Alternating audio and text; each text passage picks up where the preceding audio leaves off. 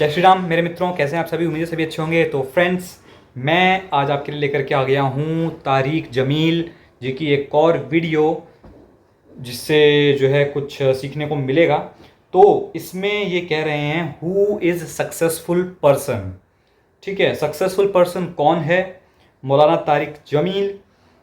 Exclusive बयान in Turkey, ये Turkey में इन्होंने बयान दिया होगा, तो इनके चैनल को आप सब्सक्राइब करें। देखते हैं कि क्या कहते हैं ये। सिचुएशन बांग्लादेश में आप देख सकते हैं कि कितनी ख़राब है। वहाँ के हिंदूज़ के साथ क्या क्या अभी हो रहा है, वो लोग बहुत डेंजर में है वहाँ के हिंदूज़। और ये कोई प्रोपोगेंडा नहीं है, ये रियलिटी है। ठीक है, तो ये वहाँ पर हो रहा है और पाकिस्तान में भी हो चुका है। अब मैं बेसिकली इस्लाम को इस तरीके से जानना चाह रहा हूँ कि ये मतलब इसमें इस्लाम में क्या लिखा है, कि इस्लाम में ही ये लिखा है, या फिर इस्लाम में मेरे ख्याल से तो किसी मज़हब में लिखा नहीं होगा। तो जो वहाँ पर इस तरीके से प्रताड़ना दी जा रही है हिंदूज़ को, क्या वो सही है, किस हद तक सही है? तो इसमें हम जानते हैं कि सक्सेसफुल बनने का मंत्र जो बता रहे हैं तारिक जमील, ये क्या बता रहे हैं। क्या काफिरों को मारने के बाद आप सक्सेसफुल बनेंगे, क्या यही बताएंगे इसमें? तो देखें, या फिर ये कुछ अच्छा बताते हैं। तो देखते हैं क्या है वीडियो, तब उसके बाद जाकर कुछ समझ में आएगा। तो आपने अगर अभी तक मेरे चैनल को सब्सक्राइब नहीं किया है तो सब्सक्राइब करें ऐसे ही और वीडियोस के लिए, और बेल आइकन को दबाएं ताकि आपको फटाक से नोटिफिकेशन मिल जाया करे जैसे मैं कोई न्यू वीडियो अपलोड करता हूँ। ठीक है, तो अब बिना देरी करे हम जो है स्टार्ट करते हैं ये वीडियो। आइए शुरू करें। मेरे अल्लाह ने मर्दों और औरतों के लिए एक ही पैमाना बनाया है कामयाबी का, मालदार के लिए, अच्छा, गरीब के लिए, अमीर के लिए, कि इस सर से सबके लिए लेकर एक। पांव तक अपने वजूद को अल्लाह की मर्जी में ढाल दे। पानी का घूंट अगर मिल भगवान को जाए समर्पित कर दो। तो ज़िंदगी बचेगी ना का बचेगी।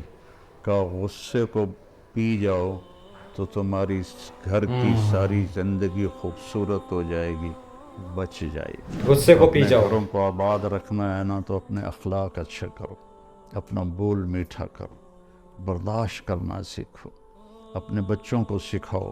तो अपने ख़ास तौर पर अपनी बच्चियों को सब्र करना सिखाओ, उन्हें समझाओ। अपनी बेटियों को, अपने बच्चों को समझाओ कि किसी की बेटी को साथ लेके चलना है तो कैसे चलना है। सही बात है, वो तो है ही।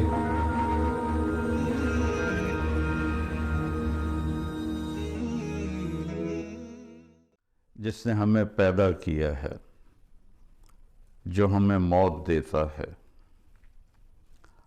उसने कामयाबी का क्या मफ़हूम बयान किया है। और आप हैरान होंगे कि इस पर जो अल्लाह ताला के कलाम में ज़ोर है, किसी मज़मून पर इतना ज़ोर नहीं है। हत्ता कि तौहीद, रिसालत, आखरत, जन्नत, जहन्नम, उस पर भी इतनी ताकत से अल्लाह ने बात नहीं की जितनी इस अच्छा। मज़मून पे बात की है कि कामयाब कौन है और नाकाम कौन है। Who is successful. इसको कुरान ठीक। ने मुख्तलिफ अंदाज में बयान किया है। फ़मन ज़ुहज़िहा अनिन नार व उदखिलल जन्नत फ़क़त फ़ाज़। जो जहन्नुम से बच गया और जन्नत में चला गया, वो कामयाब है। नाकाम कौन है? कुल इन्नल खासिरीन अल्लज़ीना खसिरू अनफुसहुम व अहलीहिम यौमल क़ियामह अला ज़ालिका हुवल खुस्रानुल मुबीन। क़यामत के दिन जो नाकाम हुए वो असल नाकाम हैं। और वो नाकामी क्या है? लहुम मिन फ़ौक़िहिम ज़ुललुम मिनन नार व मिन तहतिहिम ज़ुलल। उनके ऊपर भी आग के पर्दे होंगे और उनके नीचे भी आग ही आग होगी। ज़ालिका युख़व्विफ़ुल्लाहु बिही इबादह या इबाद फत्तक़ून। मेरे बंदो, अल्लाह तुम्हें इस नाकामी से डराता है, अपने आप को इससे बचा लो। नाकामी। तो एक जगह अल्लाह ताला ने, चूँकि इंसान जो देखता है ना, वो उसका असर लेता। सबसे हाँ, वो तो ज़्यादा है ही। जो इंसान मुतासर होता है, देखने से मुतासर होता है। और इसकी जो मेमोरी है वो भी देखने से ही ख़राब होती है। अब अंधों को देखो, उनकी इतनी ज़बरदस्त मेमोरी होती है। मेरे भाई का पोता है, वो पैदाइशी नाबीना है। सिर्फ हम उसको हाथ लगाते हैं तो वो बता देता है कौन है। हाँ, उनका जो है वो तो अपने होता है। दादा को कहता है मिठू दादा, और मैं हाथ लगाऊं तो मुझे कहता है बड़े दादा। कोई नौकर हाथ पकड़ ले तो उसका नाम बता देता है। तो इंसान देखने से असर लेता है। इतनी बड़ी गाड़ी, इतना बड़ा कारोबार, इतना बड़ा बैलेंस, इतने जेवर और इतने ये इतने वो, तो एक हसरत पैदा हसरत। होती है। तो अल्लाह उससे आगे दिखाना चाहता है, वो है आखिरत। आज हम इसके आगे भी बहुत गए कुछ है। थे उस्मान खान की कब्र पर, फिर रोहान खान की कब्र पर, फिर उसके बेटे मुराद अव्वल की कब्र पर, फिर उसके बेटे बायजीद की कब्र पर, फिर उस बायजीद के बेटे तो गुम आ गए थे, तो उसके बाद उसके पोते मुराद सानी की कब्र पर, फिर वहाँ खामोशी के सिवा कुछ भी नहीं था। खामोशी, और सही बात है। क्या इनके डंके बजते थे। और दुनिया की सबसे बड़ी हुकूमत के ये मालिक थे। सब कुछ छोड़ के तो जाना अल्लाह पड़ा। ताला ने ये बात समझाने के लिए कामयाब कौन है, नाकाम कौन है, इसके लिए जो तर्ज इख्तियार किया है। अब हमारे माहौल में है, जब हम हमारी बात में हम वज़न पैदा करना चाहें तो हम कसम उठाते हैं, अल्लाह की कसम। और कहीं जब झगड़े होते हैं तो उसमें भी वो कसम उठवाते हैं कि आप कसम उठाएं। वो झूठी भी उठा दे तो उसको छोड़ देते हैं। हाँ, झूठी भी कई लोग और खाते हैं। हमारे पंजाब में, हमारे मुल्क में चूँकि झूठ बहुत बोला जाता है, तो एक और रिवाज है कि हमें इसकी कसम का एतबार नहीं, इसकी जगह फ़लाँ आदमी कसम उठाए तो फिर हम मानेंगे। ओह। तो कसम से वो बात मजबूत हो जाती है, वो वज़नी हो जाती है। अब अल्लाह ताला को अपनी बात को वज़नी करने के लिए कसम उठाने की क्या ज़रूरत, जबकि वो कह रहा है वमन अस्दक़ मिन अल्लाह क़ीला, कि तुम्हारे अल्लाह से सच्चा कोई है ही नहीं। और शुरू में ही अलिफ लाम मीम ज़ालिकल किताबु ला रैब फ़ीह, शक से बालातर है। फिर अगर अल्लाह कसम उठाता है तो चूँकि हमारे आपस में जो हमारा जो रवाज है और हमारी जो आदात हैं, उसमें हम कसम उठवाते हैं। तो अल्लाह ने उसी को सामने रखते हुए कहीं एक कसम उठाई है, वल अस्र इन्नल इंसान लफ़ी खुस्र, कहीं दो कसमें उठाई हैं, वद्दुहा वल्लैलि इज़ा सजा, कहीं तीन कसमें हैं, वल्लैलि इज़ा यग़शा ये लैंग्वेज वन्नहारि कौन सी है? इज़ा तजल्ला वमा खलक़ अज़्ज़कर वल उन्सा, कहीं चार कस्में हैं, वस्समाइ ज़ातिल बुरूज ये वल लैंग्वेज तो यौमिल समझ नहीं आ रही, मौऊद व बाउंसर जा रही है, शाहिदिन व बाउंसर। मशहूद, कहीं पांच कस्में हैं, वल फज्र वलयालिन अश्र वश्शफ़अ वल वत्र वल्लैलि इज़ा यस्र। तो मसलन आप मुझे समझते हैं कि मैं बहुत कोई बड़ा आलिम हूँ और बहुत नेक आदमी हूँ, और मैं आपके सामने कस्में उठाना शुरू कर दूँ अपनी बात पर सच्चा साबित साबित करने के करने लिए। के लिए, तो आप खुद बोल पड़ोगे मौलाना साहब, हमें तो वैसे ही आपकी भरोसा है आपकी बात बात पे। पे एतमाद है, आप इतनी कस्में क्यों क्यों उठा रहे उठा हो? रहे हैं।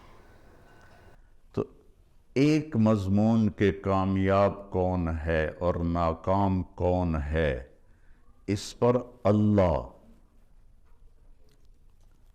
अल्लाह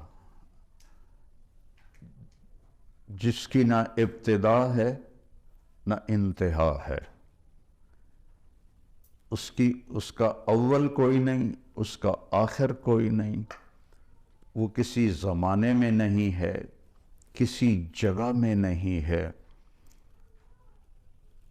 अल्लाहु ला इलाहा इल्ला हु, ये दावा है कि अल्लाह एक अकेला है, माबूद उसके सिवा कोई नहीं। उनके बहुत सारे रूप हैं आगे बस। उसकी सारी दलीलें हैं कि तो फिर वो कैसा है, तो कहता ला ताखुज़ुहु सिनतुन वला नौम, वो सोने से पाक है, वो ऊँघने से पाक है। लहू मा फिस समावात व मा फिल अर्द, उसकी हुकूमत पूरी कायनात पर है। डेफिनेटली। और कैसा है, मंज़ल्लज़ी यशफ़उ इंदहु इल्ला बिइज़निह, कोई उसके सामने दम नहीं मार सकता उसकी इजाज़त के बगैर। और कैसा है, पत्ता तक नहीं हिल यअलमु सकता, मा कहते बैन तो हैं, वही तो सही बात। अयदीहिम व मा खल्फ़हुम, पूरी कायनात उसके सामने है। आगे जो होने वाला है वो भी जानता है, पीछे जो हो गया है वो भी जानता है। हमारी तरह फाइलें की ज़रूरत नहीं, कोई कंप्यूटर की ज़रूरत नहीं है। कुल्लु सगीरन व कबीरन मुस्ततर, हर छोटे से छोटी चीज़ उसकी बारगाह में लिखी जा रही है। हाँ। और अल्लाह कहेगा इक़रा किताबक कफ़ा बिनफ़्सिकल यौमा अलैका हसीबा, ये पढ़, ये तेरा पेपर है, परीक्षा, तेरी अपनी पूरी किताब, ज़िंदगी की उसमें तुमने पूरी लाइफ में क्या क्या किताब किया, है, क्या नहीं किया, और इसमें कोई एक लफ्ज़ की कमी क्या ज़्यादती अच्छे काम नहीं करे, है। क्या बुरे काम किए। इतनी बड़ी ताकत वाला अल्लाह जो अपनी ज़ात की एक मिसाल देता है कि मेरी तारीफ़ के लिए समंदर को स्याही बनाओ, लौकान अलबहर मिदादा। और मैंने तकरीबन सारे समंदरों में ना थोड़ा थोड़ा सफ़र किया हुआ है, तो 7 समंदर जो पैसिफिक है वो 14,000 किलोमीटर पैसिफिक लंबा है। ओशन। तो दुनिया में 71% समंदर का 70 भी पानी होंगे। है और 29% ज़मीन है, उसमें पहाड़ हैं, जंगल हैं। और अल्लाह कहता है सारे को स्याही बनाओ, और फिर मैं तुम्हारे हाथ में ये जितने दरख्त हैं, आपने देखा कितने दरख्त हैं, कहीं इनको मैं कलम बना के तुम्हारे दरख्त हाथ मतलब में पेड़ पौधे पकड़ा होते हैं देता शायद। हूँ और उस पर अपना ज्ञान देता इल्म हूँ, देता हूँ, फिर तुम्हें कहता हूँ मेरी तारीफ़ लिखो। प्रशंसा। तो तुम सारे इंसान, सारे जिन्नात, सारे नबी, सारे रसूल, सारे फरिश्ते, जिब्रील, मिकाईल, इज़राइल, इसराफील, अर्श के फरिश्ते, मुक़र्रब फरिश्ते, और सबसे बड़े रसूल नूह अलैहिस्सलाम, इब्राहीम अलैहिस्सलाम, मूसा अलैहिस्सलाम, ईसा अलैहिस्सलाम, और सारे रसूलों के सरदार मुहम्मद रसूल सल्लल्लाहु अलैहि वसल्लम, ये सारे इकट्ठे होके मेरी तारीफ़ लिखें तो एक वक्त ऐसा आएगा समंदर खुश्क हो जाएंगे, तुम्हारे कलम टूट मुझे डिफाइन नहीं जाएंगे कर पाओगे। और तेरे रब की हाँ, तारीफ़ ख़त्म ना होगी, चाहे इतने समंदर गॉड को और डिफाइन नहीं कर लेकर सकते आओ, ना। फिर सही इतने बात है वो तो। और लेकर आओ, फिर इतने और लेकर आओ। क्यों कि जितना भी लेकर आए उसकी एक लिमिट लिमिटलेस है। है, और अल्लाह तो लिमिट से वो यूनिवर्स के परे है, भला मल्टीवर्स के पर है, परे उसको है। तो कोई लिमिट कोई नहीं। ये वाहिद सफ़र है अल्लाह की तलाश का, जिसकी कशिश ख़त्म नहीं होती, क्योंकि जितना अल्लाह की तरफ बढ़ता है उतना अपने आप को अधूरा बिल्कुल। महसूस करता है। जैसे कोई आदमी सहरा में सफ़र कर रहा हो तो कोई रेफरेंस ना हो, तो वो जितना भी सफ़र करता है वो कहता पता नहीं मैं सही किधर बात हूँ, है, तो मैं है ही कहाँ है। पहुँचा हूँ, कुछ पता कोई नहीं। एक छोटे से सहरा में बग़ैर रेफरेंस के वो बिल्कुल ऐसे हो जाता है। तो अल्लाह की ज़ात को किस तरह कोई बयान करे और कैसे कोई बयान करे। जब वो उसकी तरफ बढ़ता है तो करोड़ों साल की ज़िंदगी के बाद भी कहता मैं तो अभी एक कदम भी नहीं चला। अब ये अल्लाह 11 कस्में क्योंकि वो इतना करीब है ना, उठाए आप ही तो के अंदर आपका है वो, क्या ख्याल है? 11 बाहर कस्में, खोजोगे नहीं मिलेगा। 10 और 1 11 कस्में इस पे उठाए कि कामयाब कौन कौन है, कामयाब है कौन नाकाम कौन नाकामयाब है। है। अच्छा, तो उस मजमून में कितनी ताकत पैदा हो जाएगी। वशम्स व दुहाहा 2, वल कमर इज़ा तलाहा 3, वन नहार इज़ा जल्लाहा 4, वल्लैल इज़ा यग़शाहा 5, वस्समाए वमा बनाहा 6 और 7, वल अर्द वमा तहाहा 7 और 8, व नफ्सन वमा सव्वाहा ये 9 और 10 और 11, फ़अल्हमहा फ़ुजूरहा व तक़वाहा क़द अफ़लह मन ज़क्काहा व क़द ख़ाब मन दस्साहा।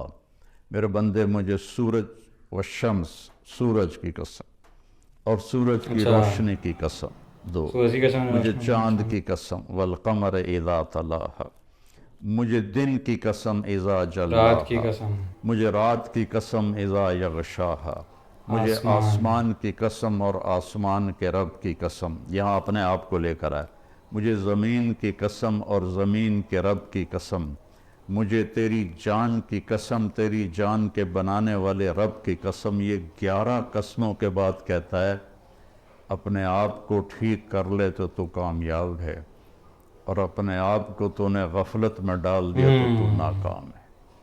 तेरी कामयाबी भी तेरे अंदर है तेरे और तेरी अंदर है, नाकामी कामयाबी भी भी तेरे तेरे अंदर, अंदर नाकामयाबी है। भी तेरे अंदर है। बाहर से इसका ताल्लुक ही कोई नहीं है। नहीं, सही बात है वो तो, हमारी सक्सेसफुल हो गए वहाँ नहीं हो की गए तो आपके अंदर ही है। सराइकी का शेर है, दिल दरिया समंदरों डूघे कौन दिलांदियाँ जाने हो, विचे बेड़े विचे झेड़े विचे वंज मोहाने हो। कि सारी कामयाबियाँ नाकामियाँ बिल्कुल है। तुम्हारे अंदर हैं, बाहर कुछ भी नहीं है। 11 कस्में अल्लाह उठाए। ये इसका स्केच मुझे यूँ नज़र आता है कि अल्लाह कहता मेरा बंदा व शम्स व दुहाहा, मुझे सूरज और उसकी रोशनी की कसम, कामयाबी तेरे अंदर है, नाकामी तेरे अंदर है, मानते हो? कहता दिल नहीं मानता। इधर तो बड़ी बड़ी गाड़ियों वाले हैं और आए थे वो फैक्ट्रियों में काम करने और वो बड़े बड़े नवाब बने बैठे हैं, बिजनेसमैन, दिल नहीं मानता। फिर अल्लाह कहता है वल क़मर इज़ा तलाहा, मुझे चाँद की कसम जब वो पीछे आता है। कामयाबी तेरे अंदर है, नाकामी तेरे अंदर है। समझ में आई ये बात? कहता नहीं आई। तो फिर अल्लाह कसम उठाता है वल्लैल इज़ा यग़शाहा, रात की कसम, मुझे रात की कसम जो छा जाती है। कामयाबी तेरे अंदर है, नाकामी तेरे अंदर है। अब मानते हो? नहीं मानते। आसमान, फिर अल्लाह कहता है आसमान की वन्नहार कसम, इज़ा दिन जल्लाहा, की कसम, मुझे दिन की कसम और उसकी रोशनी की कसम।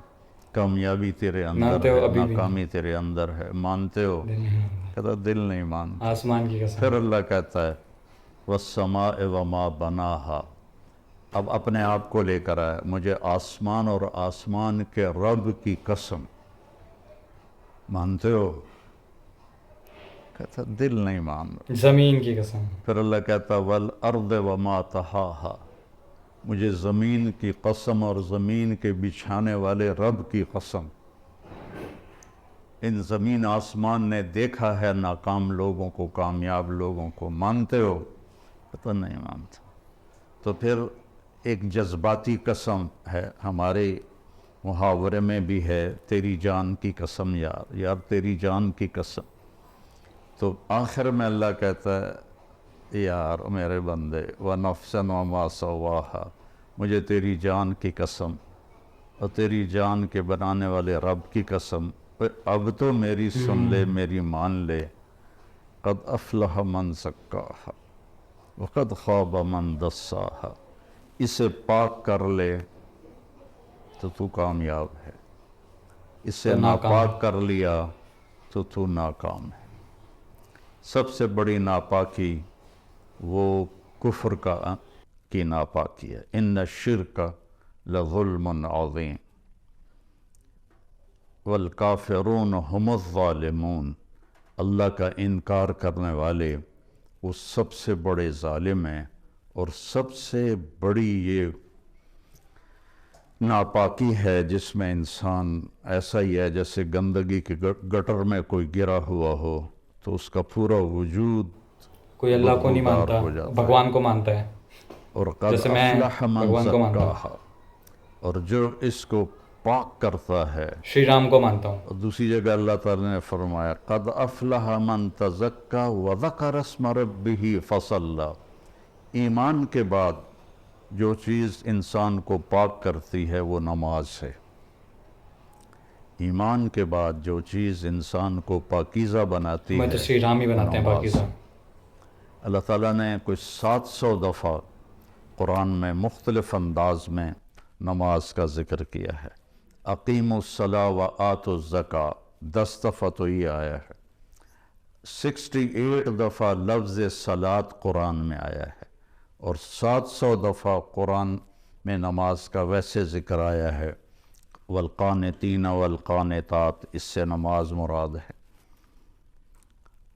तो ईमान के बाद सबसे बड़ी जो चीज़ है वो सजदा है जो इंसान को पाकीज़ा बनाता है।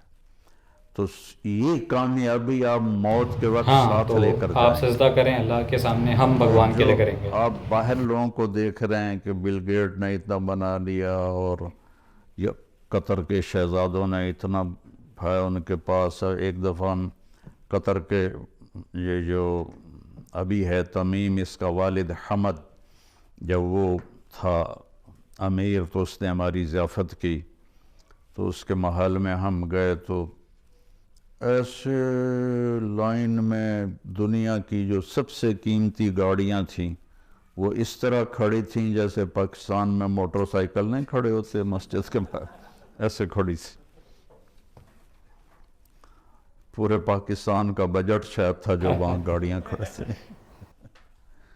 लेकिन मौत के वक्त वो एक छोटी सी चारपाई पे उठा के उसको ज़मीन में दबा दिया जाए। एक दफ़ा हमारी जमात गई एक गांव में, तो मस्जिद थी छोटी, तो उसके एक कोने में वो जनाजे वाली चारपाई पड़ी थी। तो एक साथी को लाजमी उस पर सोना था चूँकि जगह तंग थी, और सर्दियों के दिन थे, ये भी नहीं बाहर सो जाएं, तो कोई भी नहीं सो कौन रहा। सोएगा भाई, ये वो भाई। तो मैंने कहा मैं सोता हूँ। मैंने बड़ी दलेरी दिखाई, मैं सो गया। मुझे सारी रात नींद नहीं आई। मैं कहा हुणे आया इज़राइल, हुणे आया इज़राइल। सारी रात मैं जागता रहा, मुझे नींद नहीं आई। लेकिन जिसने अपने मन को पाकीज़ा कर लिया है तो वो तो सब कुछ अपने साथ मन लेके को जाएगा डेफिनेटली ना। ना, मन को। कोई चीज़ उसके पीछे नहीं रहेगी, सब कुछ उसके साथ जाएगा। तो जिसने इस जहान को बनाया और अपनी ज़ात से गाफिल रहा तो उसको तो मरते हुए हसरत के सिवा कुछ भी नहीं होगा। तो मेरे अल्लाह ने मर्दों और औरतों के लिए एक ही पैमाना बनाया है कामयाबी का, मालदार के लिए, गरीब के सभी लिए, के लिए, जो अमीर के सब पे लिए, अप्लाई होता है। कि इस सर से लेकर पांव तक अपने वजूद को अल्लाह की हाँ, मर्जी भगवान में जो ढाल। चाहते, भगवान के लिए आप जो है कि वो चंद चीज़ें हैं, 5 नमाजें हैं, हाँ, वो उसमें आपके लिए 5 गफलत ना नमाजें हैं, हो। हमारे लिए कभी दूसरी कज़ा हो चीज़ें हैं, जाए तो तो सोने से पहले पढ़ ले। साल के बाद पहुँचना वही है। रोज़े आते हैं जो हमारी पूरे बॉडी की ओवरऑलिंग कर देते हैं। और उसके बाद फिर नवाफिल हैं, वो अल्लाह ने आपसे मांगे नहीं। टोटल जो अल्लाह ने हमसे हिसाब लेना है वो 17 रकात हैं, 17 जो दान, फ़र्ज़ की 17 17 ज़कात। रकात हैं। 2 फजर के, 4 ज़ोहर के, 4 असर के, 3 मगरिब के और 4 इशा के। इन 17 रकात का हिसाब है। बाकी है इजाफ़ा कि जब किसी की नमाज क़यामत के दिन थोड़ी हो जाएगी तो अल्लाह फरमाएगा देखो नफल हैं, तो वो नफल होंगे तो उससे वो कमी उसकी वो पूरी कर दी जाएगी। तो इसलिए मेरे नबी ने 12 नवाफिल मुस्तकिल सारी ज़िंदगी पढ़े सफ़र के अलावा घर पर, जिनको हम सुन्नत मुअक्कदा कहते हैं। सुन्नत मुअक्कदा। और एक आपने इशराक के 2 नफल सारी ज़िंदगी पढ़े, और एक तहज्जुद आपने सारी ज़िंदगी पढ़ी, और 11 रकात। अपनी उम्मत पे मशक्क़त को नहीं 11 डाला। रकात। 11 रकात। इबादत की कसरत मतलूब नहीं है, अच्छे अखलाक और लोगों की खिदमत और मोहब्बत और उनके लिए खैर ख्वाही ये मतलूब है। आप मस्जिद में बैठे थे तो आपने फरमाया इस दरवाज़े से एक जन्नती आने वाला है। तो एक अंसारी साहबी मदीने वाले, वो इतने नामालूम है कि उनका नाम किसी हदीस में नहीं आया। उनके हाथ में जूता था और दाढ़ी में वज़ू का पानी था। वो आके बैठ गए, किसी ने बताया भी नहीं भी तेरे बारे में अल्लाह के नबी ने ये कहा है। अगले दिन आप उसी मजलिस में थे तो आपने फरमाया इस दरवाज़े से एक जन्नती आ रहा है। तो वही साहबी जो कल आए थे और उसी शक्ल में, जूता हाथ में, दाढ़ी का वज़ू के पानी से वो पानी, वो आके बैठ गए। तीसरे दिन आपने फरमाया इस दरवाज़े से एक जन्नती आ रहा है। फिर वही साहबी। तो इस मजलिस में एक साहबी हैं जो 3 दिन से बैठ रहे थे, उनका नाम है अब्दुल्ला बिन आमर। तो जितने सहाबा मेरे नबी के थे, 1.5 लाख या 2 लाख, कोई किसी ने गिने तो है नहीं, अंदाज़ा ही है। उन तमाम सहाबा में ये सबसे ज़्यादा इबादत करने वाले, सबसे ज़्यादा इबादत वाले थे। इनसे ज़्यादा कोई इबादत वाला नहीं था। सारी रात तहज्जुद पढ़ते थे, सारा दिन रोज़ा रखते थे और 24 घंटे में एक कुरान ख़त्म करते थे। ये किसी में ताकत नहीं। भाई साहब। इनके बाप ने शादी की तो बेगम से कहने लगे मैं 2 नफल पढ़ लूँ, और नमाज की नीयत बांधी और चल सो चल, चल सो चल, चल सो चल। कई घंटे गुजर गए तो उसकी बेगम ने कहा इसको तो लगता है मेरा ख्याल ही कोई नहीं। उसने भी वज़ू किया और उसने भी पीछे नमाज की नीयत बांध ली। तो जब सुबह फजर के बाद बाप ने पूछा अमर बिन आस रज़ी अल्लाह अन्हु, बेटा रात कैसे गुजरी? कहा जी अल्हम्दुलिल्लाह नफलों में गुजरी। को तेरा सत्यानाश हो, मैंने तेरी शादी इसलिए की थी कि तेरी रात नफलों में गुजरे। जाके अल्लाह के नबी को शिकायत की उन्होंने कि इसका ये हाल है। तो वो इस लेवल की उनकी इबादत थी। तो उनको ख्याल आया ये मुझसे ज़्यादा इबादत करता है। 24 घंटे तो सारे मैंने फुलफिल किए हुए हैं, तो इसके 25 घंटे तो मैं देखूंगा ये क्या करता है। देखें तो अगले दिन वो उनके पास चले गए और कहने लगे चाचा जान मेरे अब्बा मुझसे नाराज़ हैं, तो मैं 2-3 दिन आपके पास गुजार लूँ? उनका बेटा बिल्कुल ज़रूर आ जाओ। तो वो अब इशा के बाद वो जल्दी से उन्होंने चादर ऊपर ली और उसमें थोड़ा यूँ सुराख बना के ना उनको देखने लगे कि अब ये क्या करिश्मा करते हैं। वो सारी रात का लंबा सजदा करेंगे या सारी रात का रुकू करेंगे या सारी रात रोते रहेंगे, क्या करेंगे? तो ऐसे देख रहे। वो आए और सोने की दुआ है रात की, अल्लाहुम्मा बिस्मिका अमूत व अहया। उन्होंने दुआ पढ़ी और थोड़ी देर बाद उनके खराटे शुरू हो गए। अब ये इंतज़ार कर रहे कि अभी उठेंगे, अभी उठेंगे, अभी उठेंगे, हत्ता कि फजर की अज़ान हुई और ये इंतज़ार इंतज़ार इंतज़ार, वो नहीं उठे, और वो अजान अजान पे पे उठे। उठे। तो हम ये हैरान परेशान हो गए कि ये चाचे ने तो 2 नफल तहज्जुद भी नहीं पढ़े, तो जन्नत की बशारत कहाँ से मिल गई? अब अल्लाह के नबी की बात भी गलत नहीं हो सकती। और आगे चाचा जी का भी अमल कोई नज़र नहीं आ रहा, सारी रात सोता पे है। तो उन्होंने कहा अच्छा एक रात एक और रात और देखूंगा। देखो। अगली रात ईशा के बाद उन्होंने वही काम किया, चादर ऊपर ली और ऐसे करके बेचारे कितने थके होंगे, यूं करके देख रहे। वो आए अल्लाहुम्मा बिस्म का मुँह, तो वो अहिया और ओ गए। वो ओ सारी भाई फिर सो रात गए। सोने में गुजार दी। फजर की नमाज अजान पे उठे। अब इनकी हैरत और बढ़ गई कि उस ज़माने में तो मुनाफिक तहज्जुद नहीं छोड़ते थे, तो इनको तो जन्नत की बशारत मिली पड़ी है, ये तहज्जुद भी नहीं पड़ी और जन्नत की बशारत। अच्छा एक रात और देखूंगा। तीसरे। फिर तीसरी रात वही तमाशा हाय। उन्होंने किया, उन्होंने भी वही तमाशा किया, सेम सेम। उन्होंने अपनी सोने में रात गुजारी, ये उनको चेक करने में लगे रहे। वो आखिर फिर से सो गए होंगे, फिर सोते अजान रहे पर होंगे वो वो। उठे तो ये बोल पड़े, कहने लगे चाचा सच्ची बात यह है, मेरी कोई अपने अब्बा से लड़ाई नहीं थी। मैंने 3 दिन तेरे बारे में मुसलसल सुना कि एक जन्नती आ रहा है, एक जन्नती आ रहा है, एक जन्नती आ रहा। अल्लाह के नबी ने तेरे बारे में फरमाया, तो मैं देखने आया था कि आप क्या करते हैं। तो आप तो सारी सोते रात रहते हैं। सोते रहते हैं, तो ये क्या चक्कर है? अल्लाह के नबी की बात भी गलत नहीं हो सकती।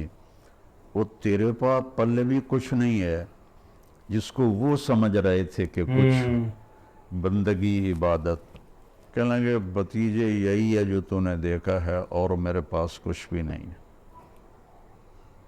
तो वो ना बोझल कदमों से वापस, चूँकि वो 2 चीज़ों को आपस में जोड़ बिठाना उनको नज़र नहीं आ रहा कि इधर जन्नत की बशारत है, इधर सारी रात का सोना है।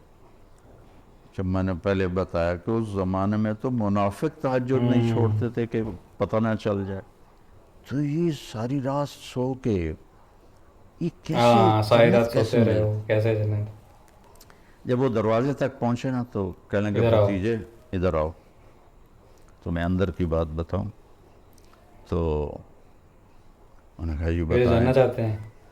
तो कहने लगे ये जो दिल है ना, इसमें किसी की नफरत कोई नहीं, इस किसी की दिल में नफरत कोई नहीं। किसी की नफरत कोई नहीं, और मुझे किसी से हसद कोई नहीं हाँ। है। अल्लाह जब किसी को कोई नेमत देता है तो मुझे कभी हसद नहीं हुआ, और इस ज़ुबान से मैंने कभी किसी तकलीफ को नहीं तकलीफ पहुंचाई। नहीं पहुंचाई। तो वो ऐसे खड़े थे ना, तो उनका जो हदीस में तो ये एक्शन नहीं है, लेकिन थोड़ा अरबी से मुनासबत की वजह से जो उनका जो बॉडी रिएक्शन हुआ वो मैं आपको दिखाना चाहता हूँ। तो वो कहने लगे हौला हुआ। पैरों में गिर इसलिए गए। अगू ये फटा थोड़ा है, नहीं तो मैं डह ना पावा। तो कहने लगे हादा हुआ, कहने यही है, यही है। और आगे कहने लगे ये हमारे बस नहीं में है। नहीं है। तो अल्लाह के बंदों से दिल साफ रखना।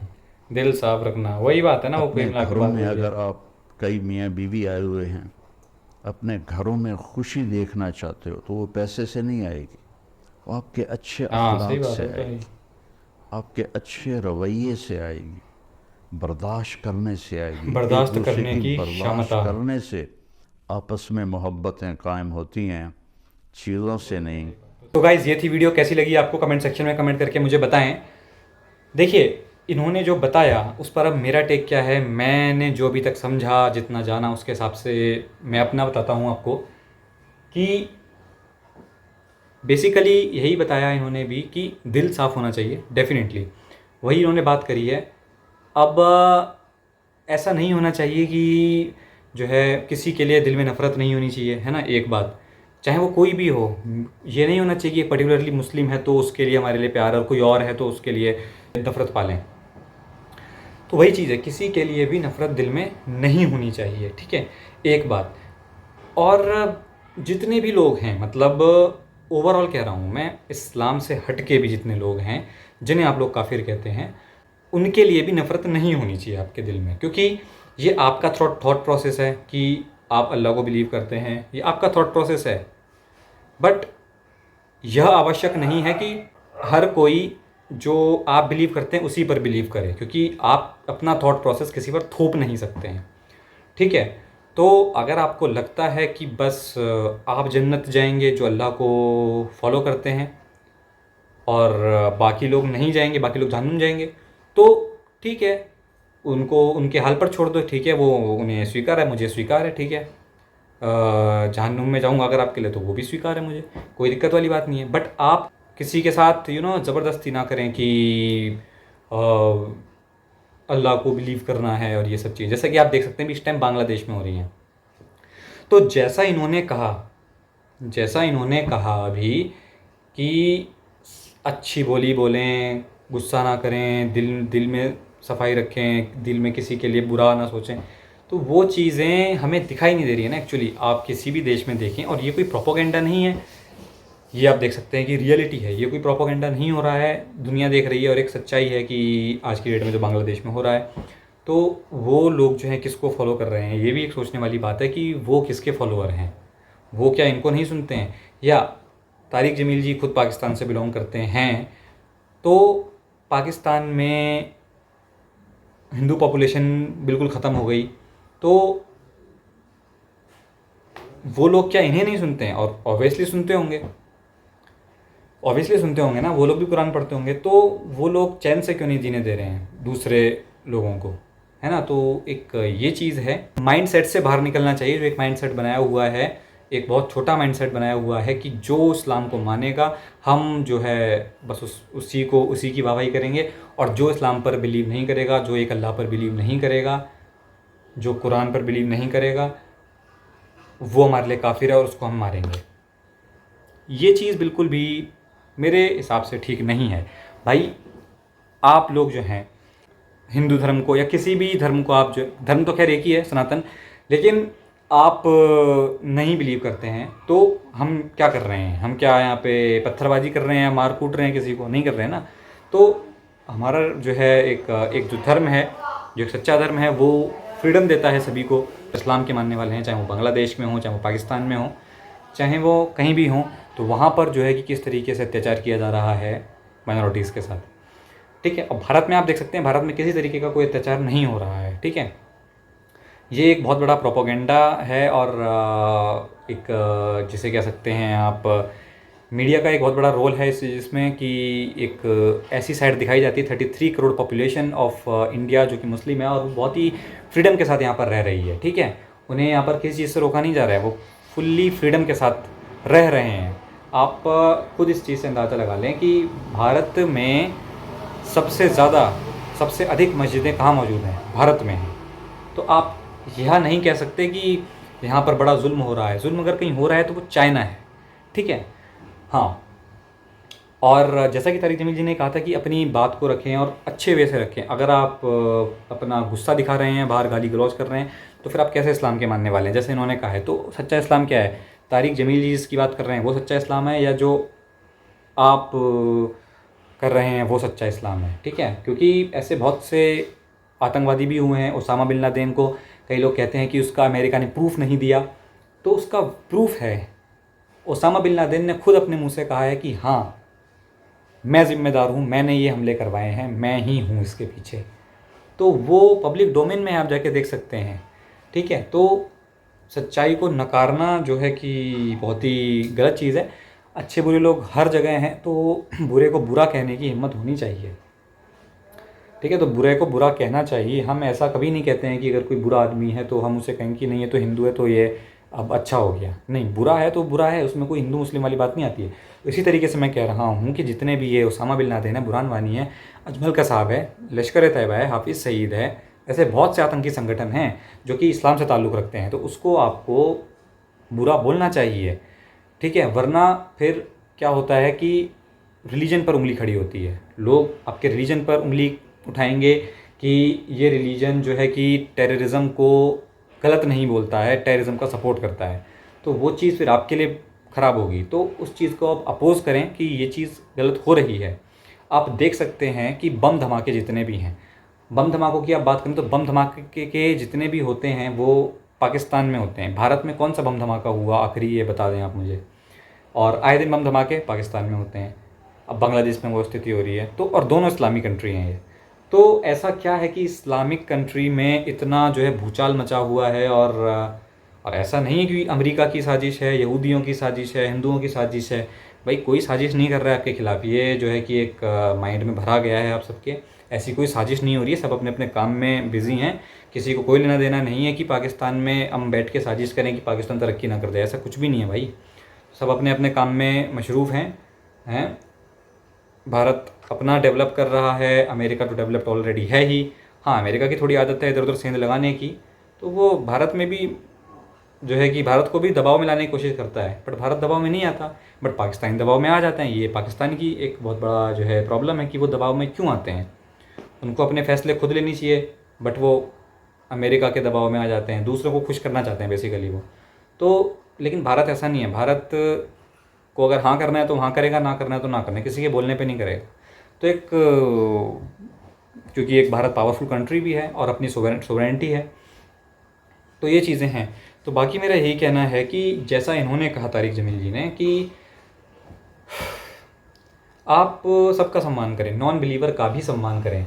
तो इन्होंने जो कहा कि एक बीच में कि अल्लाह को नहीं मानते हैं वो सबसे बड़े नाकामयाब हैं, तो ये आपकी थ्योरी हो सकती है, ठीक है, आपकी थ्योरी हो सकती है, आई respect your theory, but I can't believe in this. मैं बिलीव नहीं करता, ठीक है। तो मैं नॉन बिलीवर हूँ डेफिनेटली, और आई डोंट बिलीव इन अल्लाह, और मैं नहीं करता हूँ अल्लाह पे बिलीव, ठीक है। मैं बिलीव करता हूँ भगवान पे। भगवान एक है पर उसके रूप अनेक हैं, इसलिए हम उनकी मूर्ति पूजा करते हैं। भगवान, कई लोगों का ये होता है कि प्रश्न कि भगवान राम तो भगवान थे, तो उन्होंने मतलब वो भगवान तो थे लेकिन उन्होंने मानव रूप में लीला करी, उन्होंने अपनी शक्तियों का राम के रूप में वो जब तक रहे इस्तेमाल नहीं किया, क्योंकि अगर वो अपनी शक्तियों का इस्तेमाल करते तो वो मानवों को, हम इंसानों को यह एग्जाम्पल नहीं दे पाते कि आपको कैसे जीना है। तो उन्होंने इंसान की तरह जी के दिखाया, अपनी ईश्वर के पास अनंत शक्तियाँ हैं, वो कुछ भी कर सकता है, पर उन्होंने नहीं किया, ठीक है। उन्होंने बिल्कुल इंसानों की तरह रह के दिखाया, और इंसानों की तरह ही बाद में अपना शरीर को भी छोड़ा, ठीक है। जैसा कि आप जानते हैं इंसान 100 साल 70-80 साल जीता है, तो वो थोड़ा ज़्यादा जिए, बट उन्होंने भी, उनका जब कार्य संपन्न हो गया, राम जी ने रावण का वध कर दिया, वही द्वापर में जब कृष्ण जी ने महाभारत का पूरा हो गया, भगवत गीता ज्ञान हो गया, सारी महाभारत ख़त्म हो गई, तो उसके बाद सारा एक एग्जाम्पल उन्होंने सेट कर दिया कि आपको किस तरीके से जीना है। तो अब उन्होंने जो शरीर रूप धारण किया था, तो उस शरीर को उन्होंने त्यागा, अपने जानबूझ के त्यागा। वो ऐसा नहीं है कि उन्होंने जन्म लिया और उनकी मृत्यु हो गई। भगवान का कभी जन्म नहीं होता, ना ही कब जन्म ही नहीं हुआ तो मृत्यु कहाँ से होगी। तो भगवान अजन्मा है, अमर है, अविनाशी है, किंतु वह अवतार लेता है, ठीक है। वो अवतार लेता है। लीला शब्द, अगर आप लीला शब्द से परिचित हों तो आप बेहतर समझ पाएंगे। लीला करता है, और समय जब सारी लीला कंप्लीट हो जाती है तो वह, वो जो भगवान ने शरीर लिया था उस शरीर को छोड़ देता है और अपने ऐसे रूप में आ जाता है जिसका कोई आकार नहीं है, जिसे आप कहते हैं कि गॉड इज़ इमेजलेस, फोटोलेस, शेपलेस, ठीक है। But at the same time वो शेप भी लेते हैं लीला करने के लिए, ठीक है। फिर वो अपना शरीर को छोड़ देते हैं। तो ये चीज़ें होती हैं, और आप मेरा तो यही कहना है कि आप अपने बिलीव को रखिए, आप अपने बिलीव को परस्यू करें, फॉलो करें, अच्छा है। और दूसरों को भी जीने दें, दूसरों को भी उनके बिलीव्स फॉलो करने दें, क्योंकि आपके बिलीव्स को फॉलो करने से आपको कोई नहीं रोकता है, ठीक है। भारत में तो एटलीस्ट कोई नहीं रोक रहा है, यहाँ पर सब फॉलो कर रहे हैं, और आपको लगता है कि रोक रहा है तो वो आपके माइंड में ऐसा भरा गया है, ठीक है। और जहाँ पे रोका जा रहा है वाकई में वो चाइना है, ठीक है, जहाँ पर दाढ़ी नहीं रखने दी जाती है, ठीक है। तो आप यहाँ पर देख सकते हैं कि यहाँ पर दाढ़ी सब रखते हैं, मोहम्मदन्स जितने भी हैं, तो दाढ़ी रखने में कोई मनाही नहीं है यहाँ पर, ठीक है। कश्मीर की आप बात करते हैं, कश्मीर में जुल्म हो रहा है मुसलमानों पर बहुत, और ये सब। तो कश्मीर में मैं पर्सनली खुद गया हूँ, वहाँ पर जुल्म कैसे हो सकता है? वहाँ पे पूरी की पूरी पॉपुलेशन, 100% पॉपुलेशन ही इस्लाम को फॉलो करने वाली है। वहाँ क्या इस्लाम वाले ही इस्लाम पर जुल्म कर रहे हैं? कौन जुल्म कर रहे हैं वहाँ? वहाँ पर इस्लाम को मानने वालों के अलावा कोई दूसरे मज़हब का या एक धर्म का है ही नहीं, तो वहाँ पर सब इस्लाम के मानने वाले ही हैं, तो वहाँ पर तो जुल्म होने का सवाल ही नहीं होता है। टूरिस्ट्स जाते हैं बस वहाँ पर, कुछ सनातन धर्म को ताल्लुक़ रखने वाले या और मज़हबों को ताल्लुक़ रखने वाले, तो वो जाते हैं टूरिज़म के लिए, मतलब घूमने के लिए अवश्य जाते हैं। तो वो भी कुछ दिन के लिए जाते हैं, 5 दिन 7 दिन हफ्ते भर, वो भी वापस अपने घर आ जाते हैं। तो वहाँ पर कोई, जिसे आप हिंदू कहते हैं, कोई नहीं है वहाँ पर, सारे इस्लाम को फॉलो करने वाले हैं, तो कौन जुल्म करेगा वहाँ पर उन पर, ठीक है। अब अगर शिया सुन्नी का इशू है तो वो अब आपका इंटरनल इशू है, इस पर मैं कुछ नहीं बोलूँगा। बाकी ऐसा कुछ हम बाकी कोई हमारे धर्म से वहाँ पर जो है कि वो नहीं हो रहा है, जो आपको एक गलतफहमी बताई गई है कि कश्मीर में बड़ा जुल्म है जी, तो कश्मीर में किसी तरीके का कोई जुल्म नहीं है। इनफैक्ट जो जुल्म होता है, कभी हिंदू वहाँ चला जाए तो उस पर अवश्य हो सकता है कि कोई छुटपुट ऐसा दंगा हो जाए, आतंकी अटैक हो जाए कोई, तो जैसे कि अभी कश्मीर में जो वैष्णो देवी यात्रा होती है कटरा में, वहाँ पर एक टेरर अटैक हुआ था, तो वो श्रद्धालु जो हमारे थे वो सभी वहाँ पर जो है कि बेचारे मारे गए थे।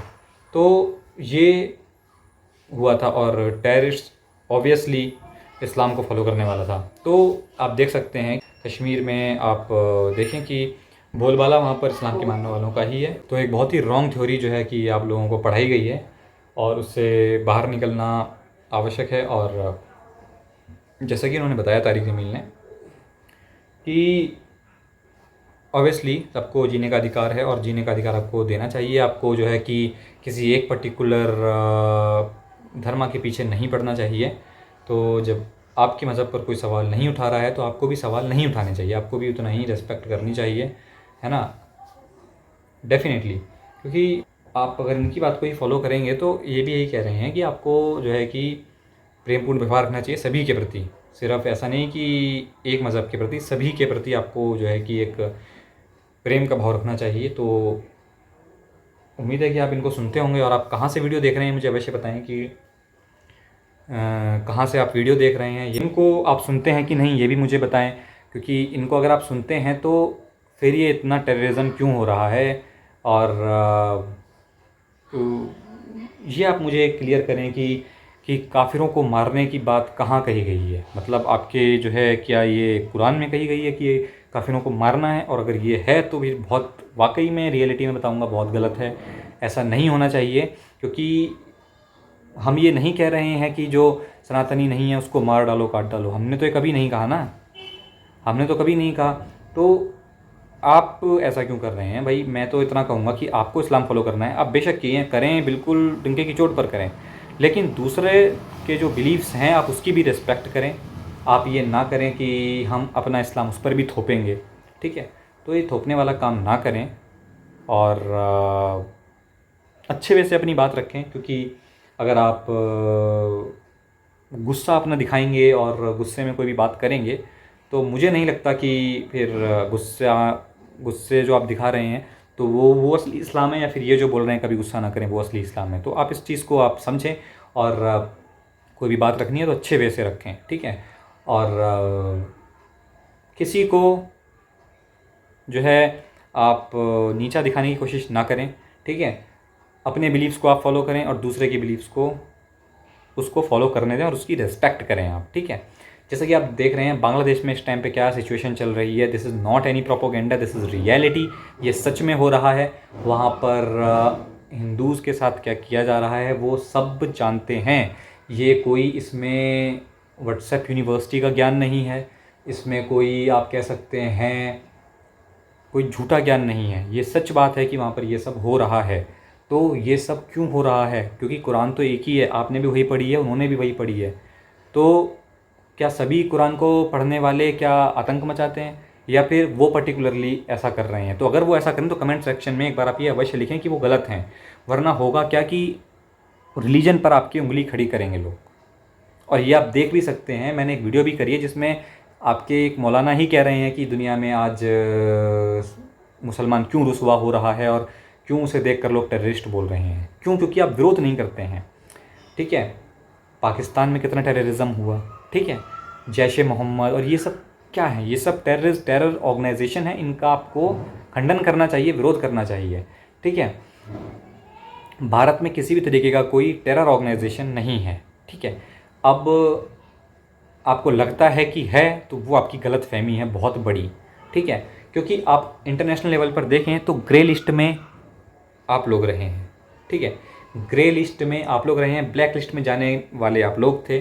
भारत नहीं गया अभी तक ग्रे लिस्ट में, भारत प्रॉपर ग्रीन सिग्नल के साथ चल रहा है। तो अब ऐसा नहीं है कि एक आप कहें यहूदी की साजिश, अमेरिका की साजिश, इंडिया की साजिश, रा की साजिश, तो ये मतलब कितना इलॉजिकल है। आप खुद ही बताएं कि सब क्या आपके खिलाफ साजिशी करने में जुटे हुए हैं?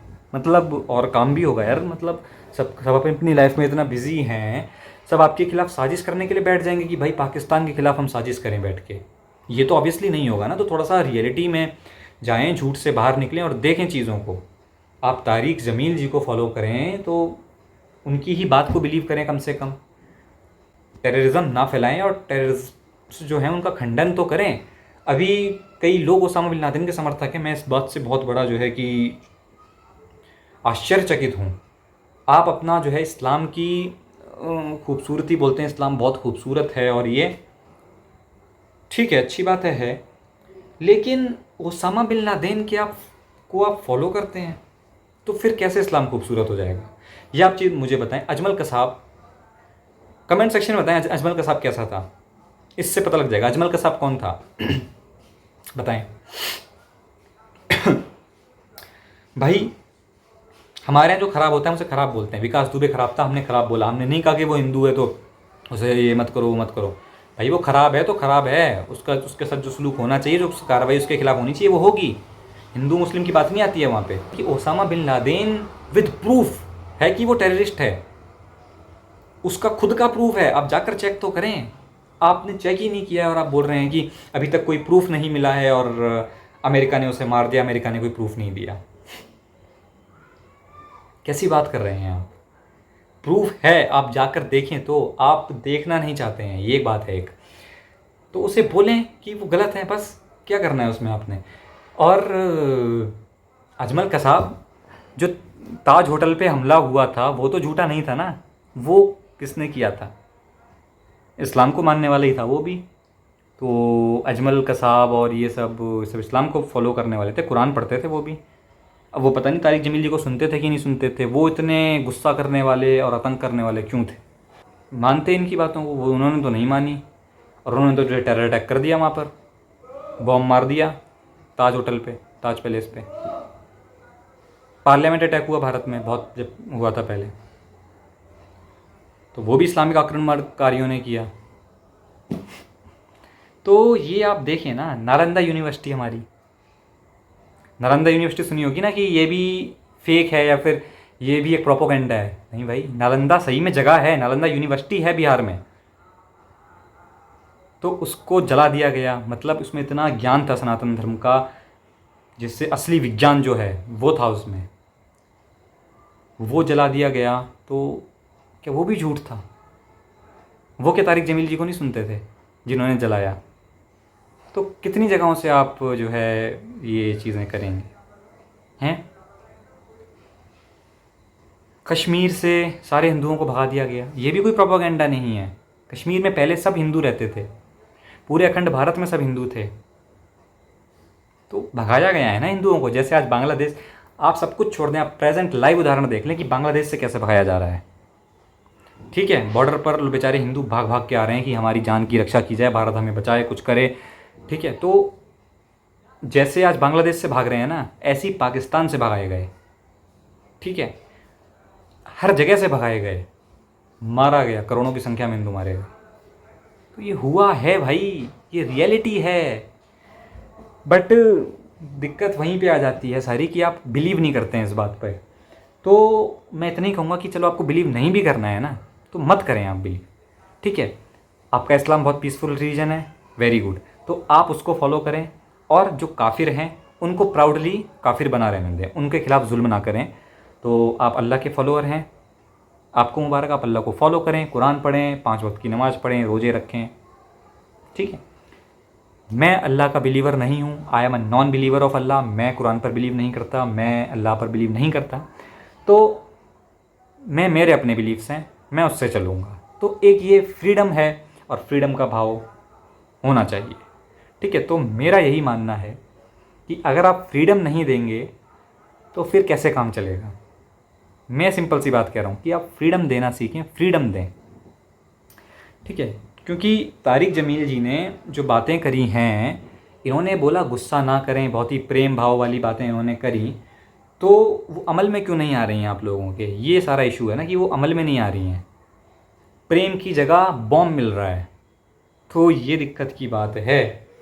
बाकी आप अगर चाहते हैं कि जो है कि लोग इस्लाम के बारे में जानें, इस्लाम को पढ़ें, कुरान को पढ़ें, तो वो तभी आपके पास आएंगे ना जब आपके भाई जो है अच्छे काम करेंगे।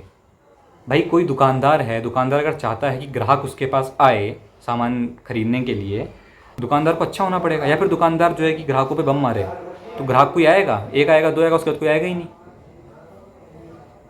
है ना।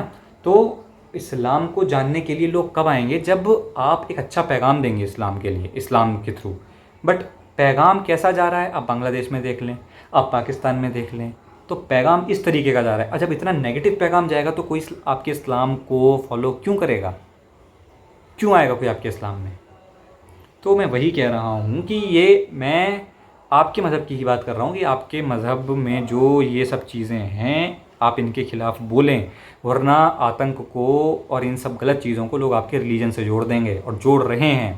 तो खुल कर के बाहर निकलें और बोलें कि इनका दीन से कोई ताल्लुक़ नहीं है, ये गलत लोग हैं, खुल कर के बोलें, वरना आने वाले समय में जो है बहुत बदनामी होगी। और ये बात आप याद रखेंगे, आप अगर भले ही आज मेरी बात ना समझें, लेकिन आज से 50 साल बाद ना यही बात आपको लग रही होगी कि काश उस टाइम हमने आतंकवादियों को आतंकवादी बोल दिया होता ना, तो आज हमारी पूरी कौम पे कीचड़ ना उछलता। तो ये बात है, ठीक है। बाकी आप और वीडियोस मुझे कमेंट सेक्शन में रिकमेंड करें, तारिक जमील जी की वीडियो हो या फिर ऐसी उलेमाओं की, हम देखेंगे, उस पर रिएक्शन देंगे। और होप करता हूँ मैं कि आप इनसे कुछ सीखेंगे, अच्छा ही सीखें, जितनी उन्होंने अच्छी बातें करी वो सीखें। एक चीज़ ना सीखें कि जो नॉन अल्लाह बिलीवर है उसको वो गटर के समान है और वो उसे आप जो है कि मारें पीटें या उसके खिलाफ़ ये सब करें, ये चीज़ ना सीखें, अच्छा सीखें, ठीक है। क्योंकि फिर आपको भी कोई बोल सकता है कि जो भगवान पे बिलीव ना करे, है ना, जो सनातन धर्म पे बिलीव ना करे, वो गटर के समान है।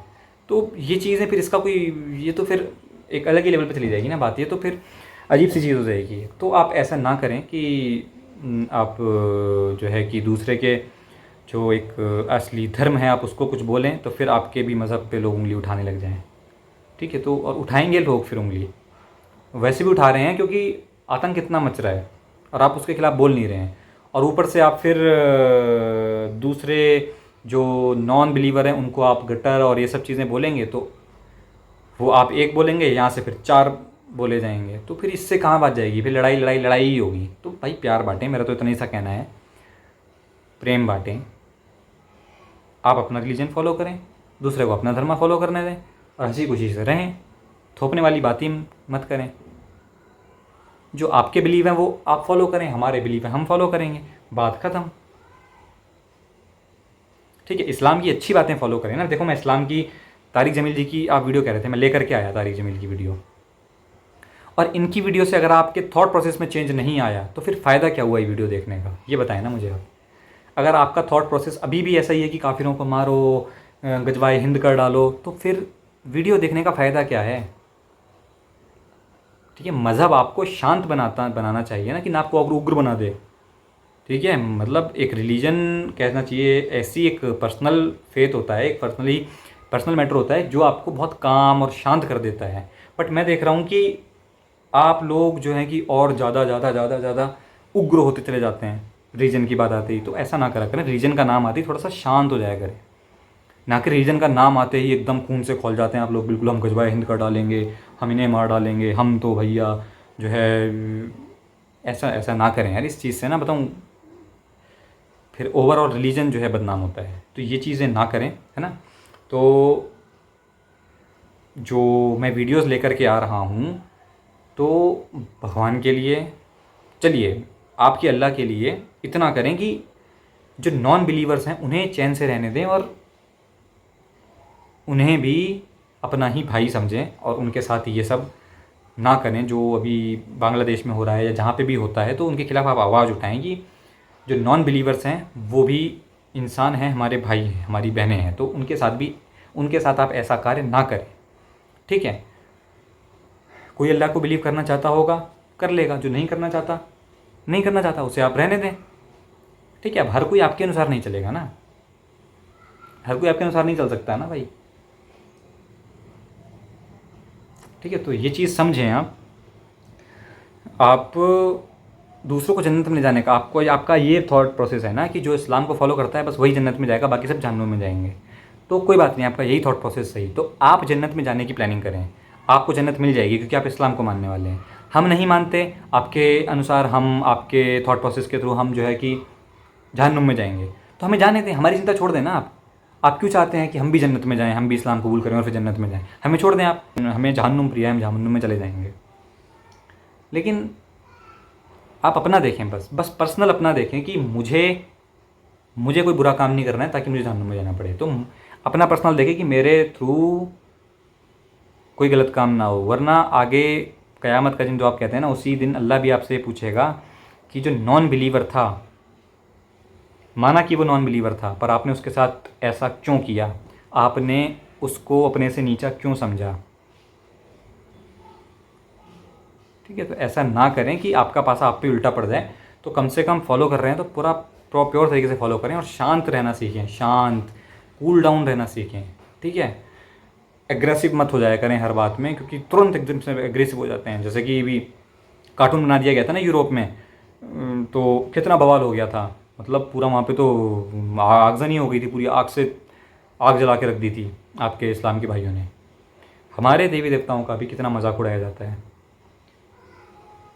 पोस्टर्स बनाए जाते हैं, बट हमने कभी पत्थरबाजी नहीं करी। ठीक है, क्योंकि हमारे वो खून में नहीं है, और हम धर्म का नाम आती शांत वाले लोग हैं। ठीक है, शांत मेडिटेशन को प्रायोरिटी देते हैं। तो हमारा जितना, क्योंकि आपसे तो वैसी दुनिया डरती है इस्लाम के नाम से, तो वैसे ही हम सब डरते हैं, क्योंकि सरतन से जुदा किनारे तो वैसे ही लगते हैं भारत में, तो इस्लाम से तो वैसे सब डरते हैं। तो कौन हिम्मत करेगा पोस्टर बनाने की और ये सब करने की? भाई कोई भी हिम्मत नहीं करेगा, और जो हिम्मत करते हैं उसके साथ उसका हश्र क्या होता है फिर पता ही है। ठीक है, तो नुपुर शर्मा एक है हमारे भारत में, आप जानते होंगे, तो उसने बस बोल दिया था कुछ, और वो अभी भी तक अंडरग्राउंड है। और हमारे देवी देवताओं के बारे में क्या कुछ बोला जाता है, बट हम कोई रिटेलिएशन नहीं देते हैं। तो यही मैं कहूँगा कि इतना चीज़ आप कर लें कि शांत रहें। ठीक है, शांत रहें। कोई बुराई कर भी रहा है ना, तो उससे जैसे कहा गया ना, पी लें, सह जाएं, आप कड़वा घूंट पी के रह जाएं बस। तो इतना करना सीख लें, क्योंकि एक ऐसा जिक्र भी आता है हदीस में कि एक कोई बुढ़िया थी, वो पता नहीं कूड़ा फेंक के जाती थी, तो उन्होंने गुस्सा नहीं किया उस पर भी। एक दिन वो नहीं आई तो पूछने गए कि वो क्यों नहीं आई है, उसकी तबीयत ख़राब थी। तो इस तरीके के बने आप, है ना, ये एग्रेसिव ना हो ज़्यादा, शांति से बात करें और शांति ही रखें। तो यही मेरा कहना है। बाकी किस नेक्स्ट वीडियो पर रिएक्शन देना है आप मुझे कमेंट सेक्शन में बताएं। तारिक जमील जी के वीडियो हैं तो इन्हीं पर रिएक्शन देंगे, बाकी कोई और हों तो आप उन्हें कमेंट सेक्शन में बताना, और अच्छे वैसे अपनी बातें रखना। तो अंत में मैं यही कहूँगा कि प्यार बांटें, नफ़रतों को छोड़ें, नफ़रतें ये बिल्कुल ख़त्म करें, प्यार से बातें करें। ठीक है, एक भाई के रूप में, एक दोस्त के रूप में प्यार से बातें करें, और आप अपने रिलीजन को फॉलो करें, दूसरे को अपना धर्म फॉलो करने दें और मज़े से अपनी ज़िंदगी की गाड़ी चलने दें। क्या दिक्कत आ गई है? तो मिलते हैं फिर भाइयों किसी नेक्स्ट वीडियो में, तब तक के लिए जय श्री राम।